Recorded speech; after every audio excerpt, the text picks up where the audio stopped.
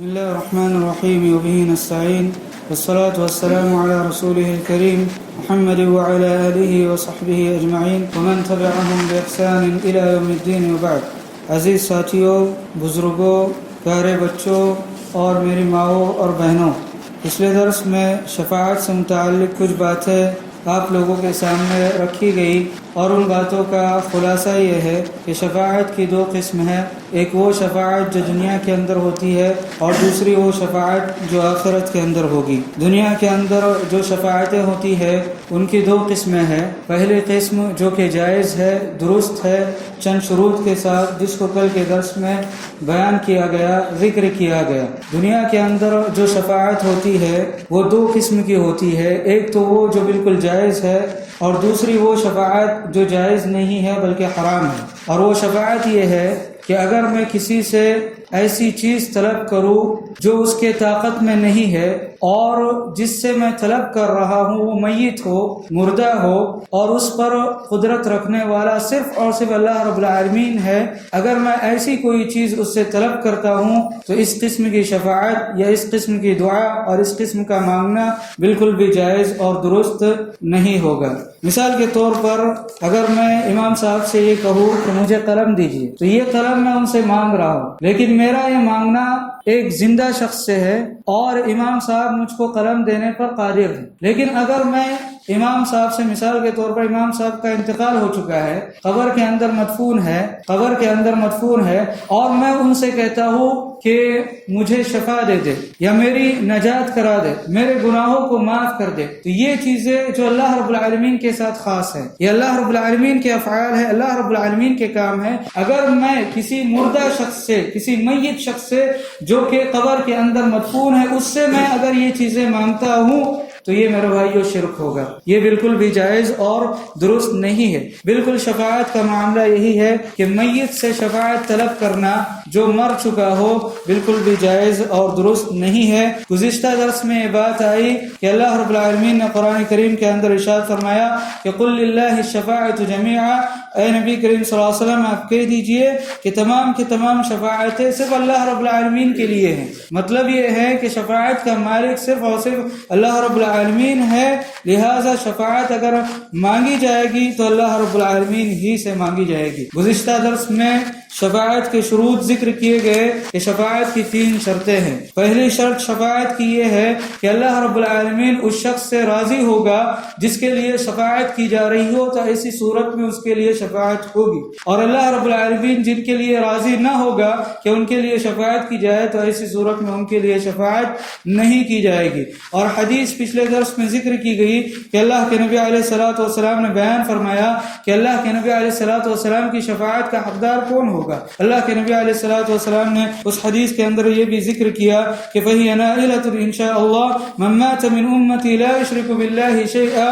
کہ شفاعت اس کو ملے گی انشاءاللہ تعالی جو شخص میری امت میں سے اس حال میں مرا کہ اس نے اللہ رب العالمین کے ساتھ کبھی بھی شرک نہ کیا ہو. تو شفاعت کے حقدار کون ہوگے؟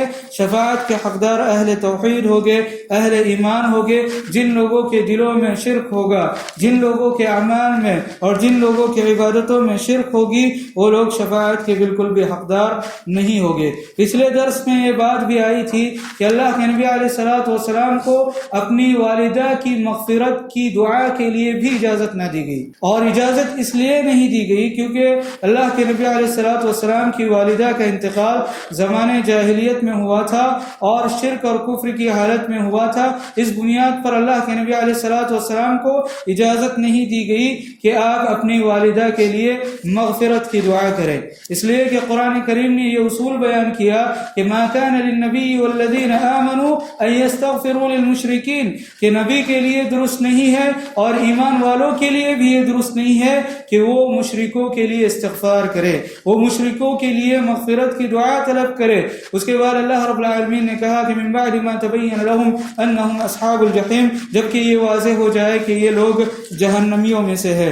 جب ابو ابو طالب کے پاس اللہ کے نبی علیہ الصلوۃ والسلام آئے اور ان سے مطالبہ کیا اور ان سے کہا کہ لا الہ الا اللہ پڑھو، وہاں پر ابو جہل وغیرہ موجود تھے، انہوں نے کہا کہ اترغب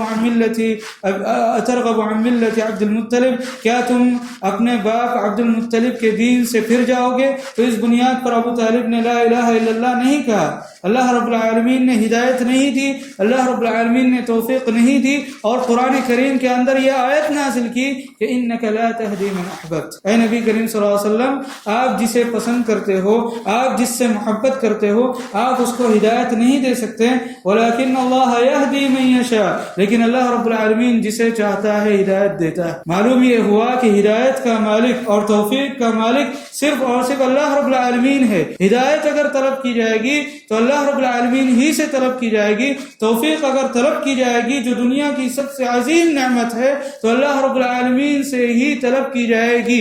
ابو طالب کو ہدایت نصیب نہیں ہوئی، کلمہ نصیب نہیں ہوا، تو اللہ کے نبی علیہ الصلوۃ والسلام نے کہا تھا کہ میں ابو طالب کے لیے استغفار کروں گا۔ جب اللہ کے نبی علیہ الصلوۃ والسلام نے یہ کہا تب اللہ رب العالمین نے قرآن کریم کے اندر آیت نازل کی کہ ما کان للنبی والذین آمنوا ان یستغفروا للمشرکین، کہ نبی کے لیے اور مومنوں کے لیے یہ مناسب نہیں ہے کہ وہ مشرکوں کے لیے مغفرت کی دعا کرے۔ خلاصہ کلام یہ کہ مغفرت کی دعا ان لوگوں کے لیے ہوگی جو اہل ایمان ہے، اہل توحید ہے، اور شفاعت ان لوگوں کے لیے ہوگی جو اہل ایمان ہے، اہل توحید ہے۔ جن لوگوں کے دلوں کے اندر شرک اکبر ہے تو ان لوگوں کے لیے قیامت کے دن شفاعت نہیں ہوگی۔ شفاعت کی تیسری شرط جس کو پچھلے درس کے اندر بیان کیا گیا وہ یہ کہ اللہ رب العالمین کی اجازت ہی سے شفاعت ہوگی۔ اللہ کے نبی علیہ الصلوۃ والسلام کو بھی شفاعت کا اختیار اس وقت تک نہیں ہوگا جب تک کہ اللہ رب العالمین ان کو اجازت نہ دے دے، جیسا کہ قرآن کی آیت پچھلے درس کے اندر ذکر کی گئی کہ من ذا الذی یشفع عنده الا باذنہ۔ اور تیسری شرط جو شفاعت کی پچھلے درس کے اندر ذکر کی گئی وہ یہ کہ شفاعت جو لوگ کریں گے وہ اللہ رب العالمین سے راضی ہوگے اور اللہ رب العالمین ان سے راضی ہوگا۔ اللہ کے نبی علیہ الصلوۃ والسلام نے ذکر کیا حدیثوں کے اندر کہ جو بہت زیادہ لام تان کرنے والے لوگ ہوں گے تو وہ نہ تو گواہ بنیں گے قیامت کے دن اور نہ ہی وہ کسی کی سفارش کریں گے۔ آج کے اس درس میں شفاعت کی جو قسمیں ہیں، شفاعت کی جو اقسام ہیں جن کو علماء کرام نے قرآن و حدیث کے نصوص سے استنباط کر کے ذکر کیا ہے اور بیان کیا ہے، ان کو میں آپ لوگوں کے سامنے رکھنا چاہتا ہوں۔ شفاعت کی سب سے پہلی قسم جس کو شفاعت العظمی کہا جاتا ہے یا مقام محمود سے تعبیر کیا جاتا ہے وہ اللہ کے نبی علیہ الصلوۃ والسلام کے ساتھ خاص ہے۔ وہ کیا ہے؟ محشر کے روز جب ہم لوگوں کو اٹھایا جائے گا ننگے بدن، ننگے پیر اور بغیر ختنہ کیے ہوئے ہم لوگوں کو محشر میں کھڑا کیا جائے گا اور بہت زیادہ گرمی ہوگی، سورج 1 میل کے فاصلے پر ہوگا، لوگ پسینے کے اندر شرابور ہوگے۔ حدیثوں کا خلاصہ اور نچوڑ میں آپ لوگوں کے سامنے پیش کر رہا ہوں کہ لوگ پسینے کے اندر شرابور ہوگے۔ ایسی صورت میں لوگ جائیں گے آدم علیہ الصلوۃ والسلام کے پاس، ابراہیم علیہ الصلوۃ والسلام کے پاس، نوح علیہ الصلوۃ والسلام کے پاس، عیسیٰ علیہ الصلوۃ والسلام کے پاس اور موسیٰ علیہ الصلوۃ والسلام کے پاس۔ سارے انبیاء یہ جواب دیں گے کہ اللہ کے نبی علیہ الصلوۃ والسلام ہی شفاعت کے حقدار ہے۔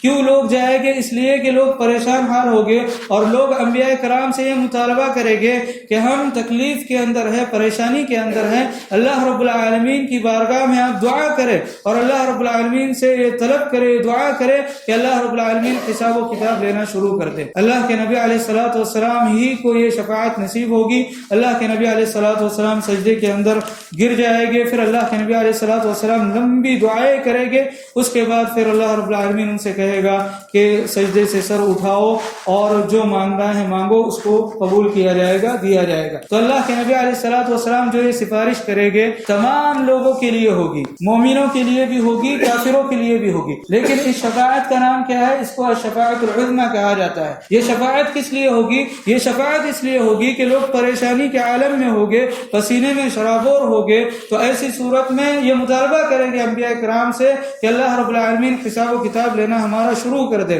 تو حساب و کتاب لینے کے لیے شفاعت کی جائے گی اور اللہ کے نبی علیہ الصلوۃ والسلام کی یہ شفاعت قبول کی جائے گی۔ یہ شفاعت کی پہلی قسم ہے۔ شفاعت کی دوسری قسم کیا ہے؟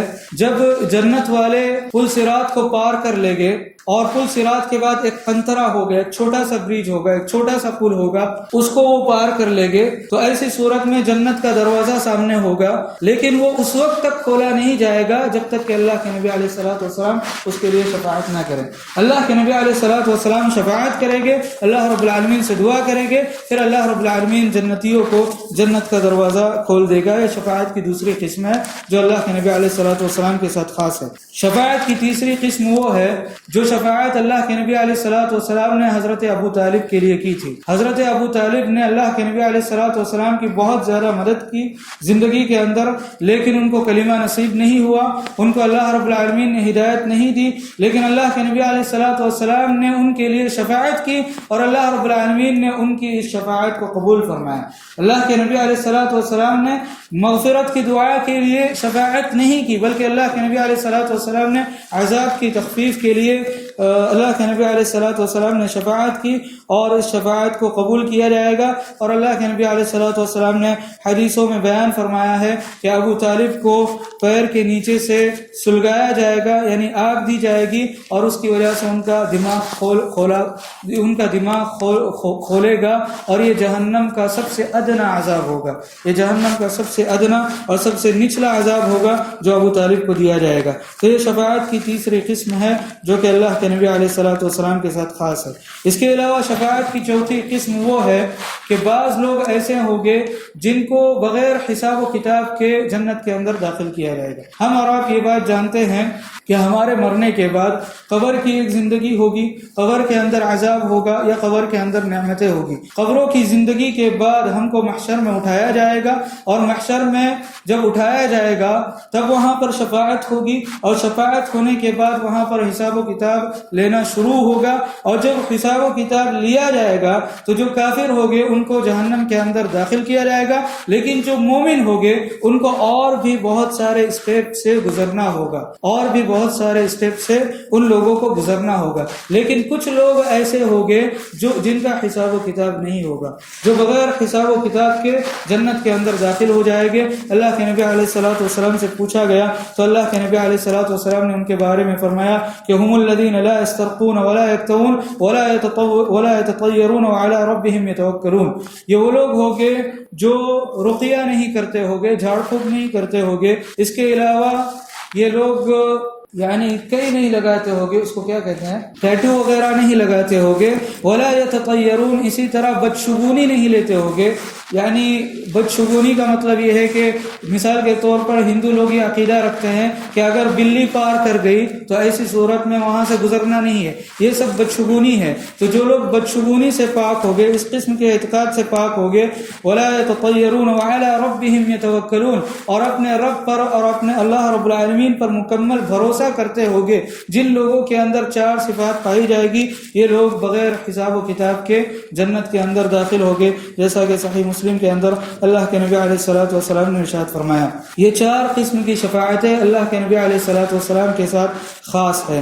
اس کے علاوہ پانچویں قسم شفاعت کی یہ ہے کہ بعض لوگ جو جہنم کے اندر داخل ہوگے ان کے لیے بھی سفارش ہوگی کہ ان کو جنت کے اندر داخل کیا جائے۔ ہم اور آپ یہ بات جانتے ہوگے، یا ہم میں سے بعض لوگ یہ بات جانتے ہوگے کہ ہم جو گناہ کا ارتکاب کرتے ہیں اگر وہ شرک نہیں ہے، کفر نہیں ہے، تو اللہ رب العالمین کی مشیت کے تحت ہے۔ اللہ رب العالمین چاہے تو اللہ رب العالمین اس کو معاف کر دے، اور اگر اللہ رب العالمین چاہے تو جہنم کے اندر اس کا بدلہ عطا کرے، جہنم کے اندر عذاب دے۔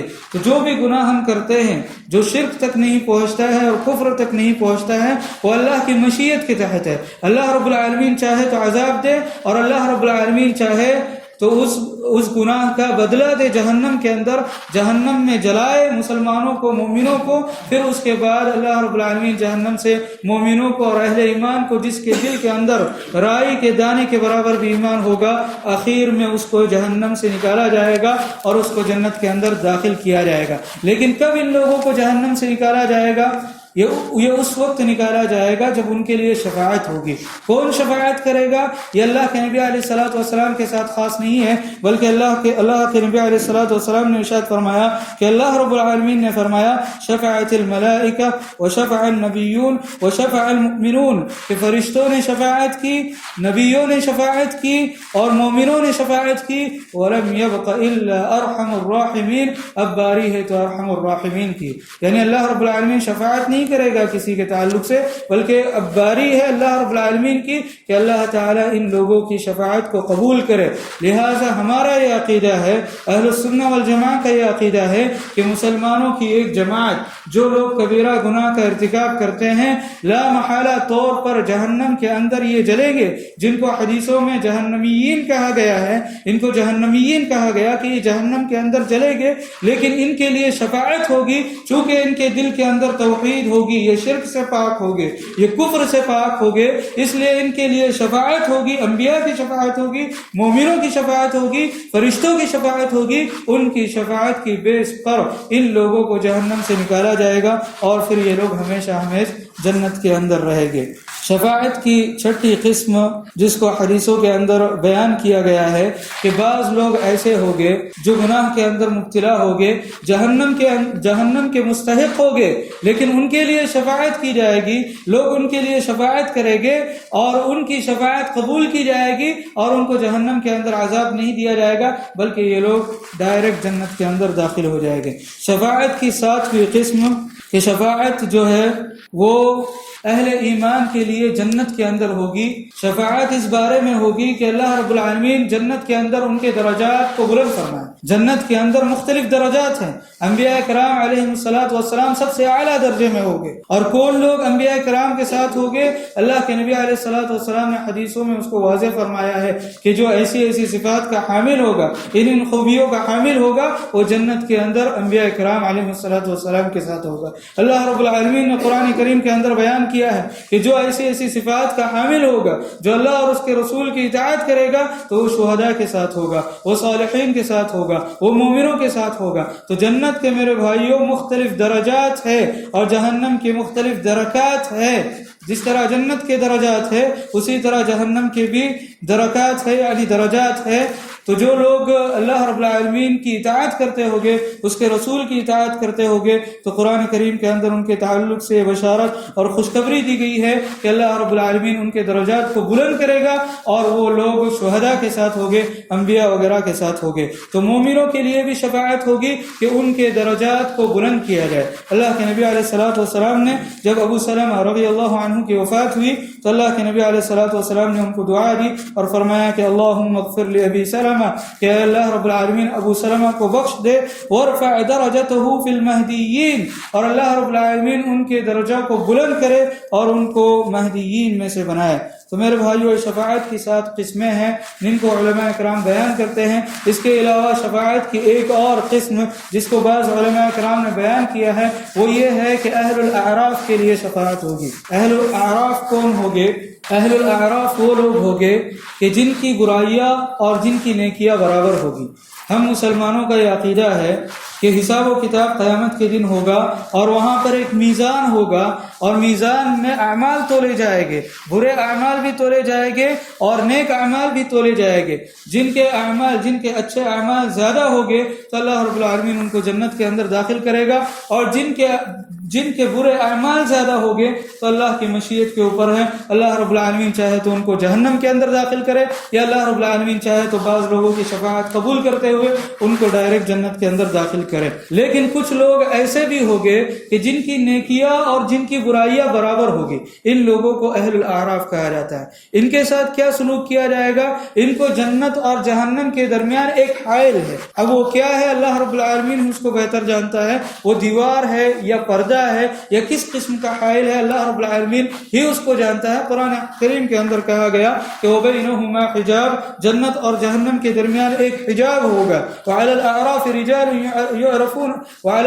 رجال يعرفون كلا بسيماهم ونادوا أصحاب الجنة أن سلام عليكم لم يدخلوها وهم يطمعون.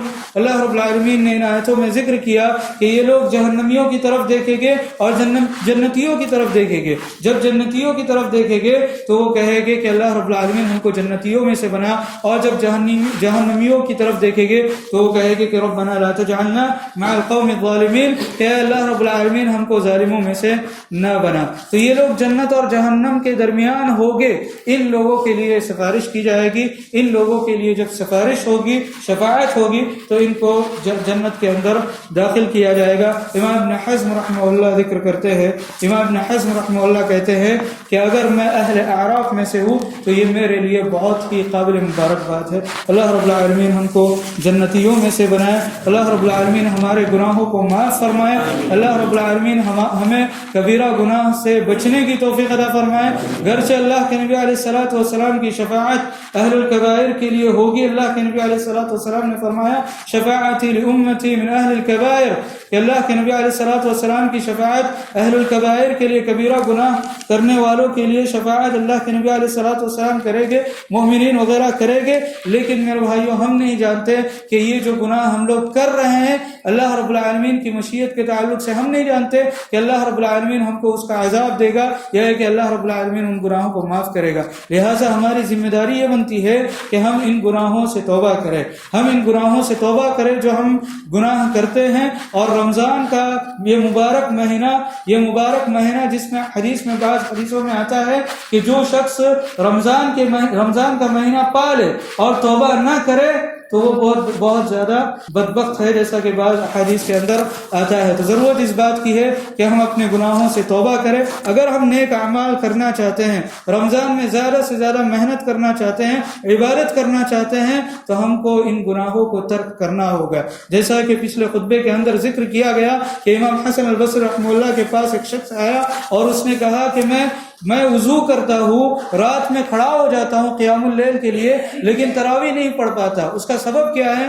تو امام حسن البصری رحمہ اللہ نے کیا فرمایا؟ امام حسن البصری رحمہ اللہ نے فرمایا کہ قیدتک ذنوبک, تمہارے گناہوں کی وجہ سے تمہیں نیکیاں کرنے کی توفیق نہیں ملتی. جو شخص نیکیاں کرتے جاتا ہے, نیکیاں کرتا ہے, نیکیوں سے محبت کرتا ہے, اللہ تعالیٰ اس کو نیکیاں کرنے کی توفیق دیتا ہے. لیکن جو برائیوں کے اندر مبتلا ہوتا ہے اور جو برائیاں ہی چاہتا ہے, نیکیاں نہیں چاہتا, تو ایسی صورت میں اس کو توفیق حاصل نہیں ہوتی. اس لیے کہ اللہ رب العالمین نے قرآن کریم کے اندر ارشاد فرمایا کہ واللہ لا یہدی القوم الفاسقین, اللہ رب العالمین فاسق اور فاجر قسم کے لوگوں کو ہدایت اور توفیق نہیں دیتا.